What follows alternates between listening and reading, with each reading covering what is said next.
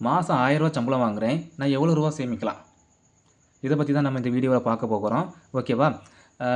அதாவது நம்ம சேவ் பண்ணுறதுக்கு முன்னாடி நமக்கு பெர்மனெண்ட்டாக என்னென்ன செலவுகள் எப்போவுமே வந்துக்கிட்டு இருக்குது, எவ்வளோ ரூபா நம்ம மேக்ஸிமம் ஒரு மாதத்துக்கு எடுத்து வைக்க வேண்டியிருக்குங்கிறது வந்து நமக்கு தெரியணும். தெரிஞ்சால் மட்டும்தான் நம்மளால் வந்து என்ன பண்ண முடியும், சேவிங்ஸ் எவ்வளோ எடுக்க முடியும் அப்படிங்கிறது வந்து நமக்கு தெரியும். ஓகேவா? இப்போ ஒரு நாளைக்கு நான் ரூ. 1000 சம்பளம் வாங்குறேன் அப்படின்னு வரும்போது ஒரு மாதத்தில் ஒரு 5ஓ 4ஓ ஞாயிற்றுக்கிழமைங்கிறது கண்டிப்பாக வருது. அப்படின்னு சொல்லி நமக்கு டோட்டலாக 26 நாட்கள் தான் வருது. ஓகேவா? அப்போ நமக்கு கிட்டத்தட்ட 26,000 தான் நம்மளுடைய வருமானமே. ஓகேவா? என்றைக்குமே ஒரு விஷயம் புரிஞ்சுக்கிடுங்க, நம்மளுடைய செலவே நம்மளுடைய சேவிங்ஸ் தான். ஓகேவா? அந்த சேவிங்ஸு நமக்கு எவ்வளோ வருதுங்கிறத நம்ம கணக்கீடு போட்டு வச்சுருக்கணும். ஓகேவா? அதுக்கு முதல்ல நமக்கு தெரிய வேண்டியது நம்மளுடைய செலவுகள் என்னங்கிறது நமக்கு முதல்ல தெரியணும். தெரிஞ்சால் மட்டும்தான் எவ்வளோ ரூபா நம்மளால் எடுக்க முடியும் அப்படிங்கிறது நமக்கு தெரியும். ஓகேவா? இப்போ நம்மளை மாதிரி ஒரு சாதாரண மனுஷனுக்கு மாத செலவுகள் எப்படியெல்லாம் வருது அப்படிங்கிறத நாங்கள் கணக்கு போட்டு வச்சுருக்கேன், நம்ம பார்ப்போம். ஓகேவா? முதல்ல வீட்டு வாடகை. சில பேர் வந்து சொந்த ஊரில் சொந்த வீட்டில் இருந்துட்டு போயிட்டு வருவாங்க. சிலர் வந்து வீட்டு வாடகையில் உட்காந்துருப்பாங்க. ஓகேவா? இப்போ நான் சொல்கிறது வந்து வாடகை ரூம் தான். ஓகேவா? முதல்ல வாடகைக்கு வந்து முடிஞ்ச அளவுக்கு 5000 கிடைக்கிற மாதிரி பார்த்துக்கிடுங்க. ஓகேவா?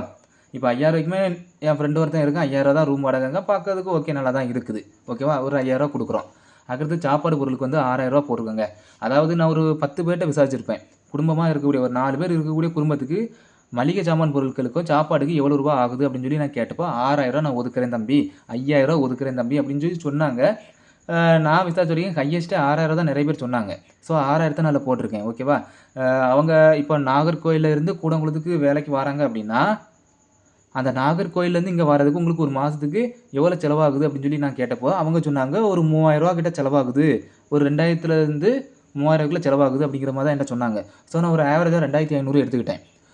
மொபைல் இன்டர்நெட் எப்படி யூஸ் பண்ணுறீங்க, எத்தனை சிம் வச்சுருக்கீங்கன்னு சொல்லி கேட்கும்போதுல, நான் வேலைக்கு வரதுனால எனக்கு ஒரு மொபைலு, வீட்டுக்கு ஒரு மொபைல் வச்சுருக்கிறேன்.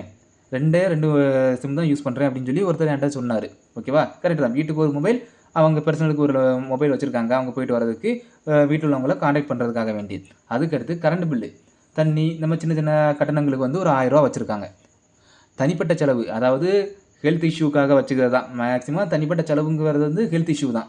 ஓகேவா? அதுக்கு ஒரு ரூ. 1000. ரூ. 1000ங்கிறது எப்படின்னா, ஆக்சிடென்ட் வந்து டெய்லி நடக்கிறது இல்லை. மாதத்தில் ஒரு நாளோ 2 நாளோ நடக்கலாம், இல்லை நடக்காமல் கூட இருக்கலாம். நடந்துச்சுன்னா அந்த 1000 செலவு பண்ண பாருங்கள். முடியாத பட்சத்தில் நம்ம அதுக்கடுத்து ஒரு சொல்யூஷன் வச்சுருக்கோம், அது அதுக்கப்புறம் பார்ப்போம். ஓகேவா? ஆனால் மேக்ஸிமம் ஒரு மாதத்துக்கு ஒரு 1000 எடுத்து வச்சுருங்க. எப்போவுமே ஒரு 1000 எடுத்து வச்சுக்கிடுங்க. ஓகேவா?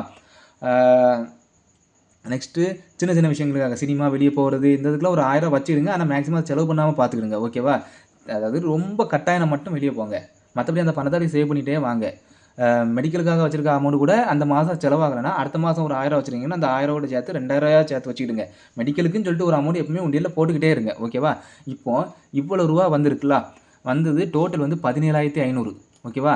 நம்ம மொத்தம் 26 நாள் வேலைக்கு போகிறோம், 26,000 கிடைக்குது. அதில் நமக்கு செலவு வந்து ஒரு நார்மலாக ஒரு செலவு இதிலே மேக்ஸிமம் வந்துட்டுன்னு நினைக்கிறேன். நார்மலாக ஒரு செலவு வந்து ஒரு 17,500 தான் வருது. ஓகேவா? அப்போ 26,000லேருந்து 17,500 கழிச்சோன்னு வச்சுடுங்களா, நமக்கு 8,500 சேவ் பண்ண முடியுது. ஓகேவா? இப்போது இந்த இடத்துல வந்து ரூம் ரெண்ட்டு கொடுக்காதவங்களுக்கு 5000 வாங்குறது எக்ஸ்ட்ரா. அப்போது இதில் இப்போ அந்த 5000 இது கூட சேர்த்தோன்னு வச்சுருங்களா, 13,500 வருது. அப்போது மொத்தமாக ரூம் ரெண்ட் கொடுத்தா 8,500, ரூம் ரெண்ட் கொடுக்கலன்னா 13,500 வருதுங்க. ஓகேவா? இப்போ ரூம் ரெண்ட் கொடுத்தா என்ன பண்ண போகிறோம், சேவ் பண்ணது எவ்வளோ அமௌண்ட், 8,500. இதுக்கு மட்டும் நம்ம பார்ப்போம். ஓகேவா? எப்போவுமே எமர்ஜென்சி ஃபண்டுங்கிறது உங்கள் கையில் எப்போவுமே இருக்கட்டும். ஓகேவா? திடீர்னு ஒரு செலவு, நீங்கள் மெடிக்கல் செலவுக்கு 1000 வச்சுருக்கீங்க, திடீர்னு எக்ஸ்ட்ரா வருதுன்னு வச்சுக்கிடுங்களா, அப்போ இந்த எமர்ஜென்சி ஃபண்ட்லேருந்து நீங்கள் எடுத்துக்கலாம். ஓகேவா? இல்லைனா திடீர்னு ஒரு ஃபங்க்ஷன் வீடு வருது, அதுக்கு நம்ம ஒரு 1000 மொய் வைக்கணும் அப்படின்னா அதுக்கு இதுலேருந்து நம்ம ஒரு ஃபண்ட் எடுத்து வச்சுக்கலாம். ஓகேவா? ஆனால் எல்லா மாதமுமே எமர்ஜென்சி ஃபண்டு வச்சுக்கிட்டே இருக்கணும். அதே போல் எல்லா மாதமும் மெடிக்கலுக்குன்னு சொல்லி வச்சுருக்க 1000 போட்டுக்கிட்டே இருக்கணும் உண்டு இல்லை. ஓகேவா? அதே போல் சேமிப்பு ப்ளஸ் எதிர்கால திட்டம், இந்த ரெண்டுக்குமே நீங்கள் வந்து பணத்தை போட்டுகிட்டே இருக்கணும். அது வந்து எப்படி சொல்கிறது, அது நகைச்சீட்டாக இருக்கலாம், ஏழை சீட்டாக இருக்கலாம், எதுனாலும் ஓகே. அந்த 5,500 நீங்கள் அதில் தான் எடுத்து வைக்கணும். அதே போல் சேவிங்ஸோட இது என்னென்னா, உங்கள் செலவே என்னவாதமாக இருக்கணும், உங்கள் பணத்தில் நீங்கள் வருமானம் வரும்போச்சுல அதில் இருக்கக்கூடிய செலவு எப்போவுமே உங்களுடைய சேவிங்ஸாக மட்டும்தான் இருக்கணும். அதுக்கப்புறம் தான் அந்த வீட்டு வாடகை, மளிகை சாமான பொருள் எல்லாமே. செலவு உங்களுக்கு அந்த சேவிங்ஸ் தான். ஓகேவா? அதில் நீங்கள் ஆர்டியில் போட்டு வைக்கிறதா இருக்கட்டும், எஃப்டியில் போட்டு வைக்கிறதா இருக்கட்டும், எதுனாலும் ஓகே. நீங்கள் முதல்ல போட வேண்டியது அதில் தான் பணத்தை போடணும். ஓகேவா? அதுதான் முதல்ல முக்கியமான ஒரு விஷயம். அதை முதல்ல எப்பவுமே கவனிச்சுக்கிடுங்க. அதுக்கடுத்து ஏன் நமக்கு அதிகமாக செலவு வருது, இதை நம்ம அடுத்து பார்க்கணும்.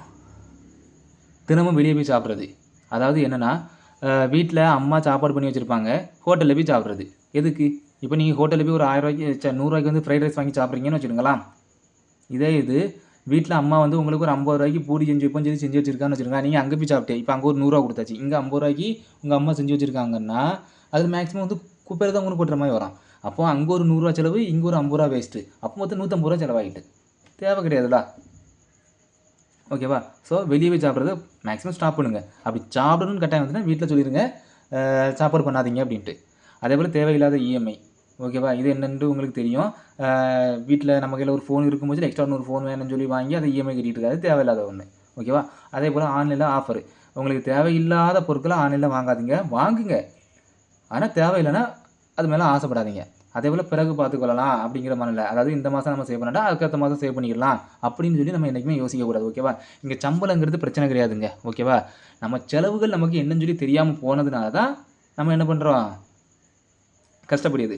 செலவுகள் உங்களுக்கு தெரிஞ்சிட்டுனா அதுலேருந்து உங்கள் வரவை கழிச்சிட்டோம்னா பேலன்ஸ் எவ்வளோ இருக்கோ அது அவ்வளோமே சேவிங்ஸ் தான். என்றைக்குமே உங்கள் வருமானத்தோட செலவு உங்களுடைய சேவிங்ஸாக தான் இருக்கணும்.